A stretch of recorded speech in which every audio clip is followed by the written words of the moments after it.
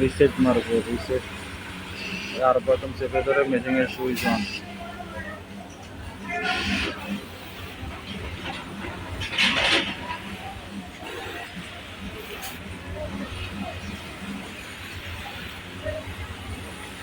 Download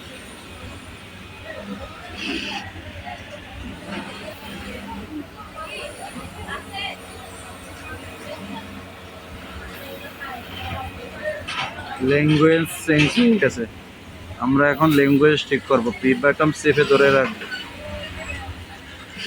এরপরে আমরা 5 নাম্বারে যাব, 5 নাম্বার দিয়ে পি বাটন চাপ দিব। এরপরে আমরা 4 নাম্বারে যাব, 4 নাম্বারে যাই আবার পি বাটন চাপ দিব। চাপ দেওয়ার পরে এখানে যা আছে তার উল্টাটা দিব। এখন পি বাটন চেপে ধরব। এই যে এখন ইংলিশ হয়ে গেছে, এই এখন ইংলিশ হয়ে গেছে।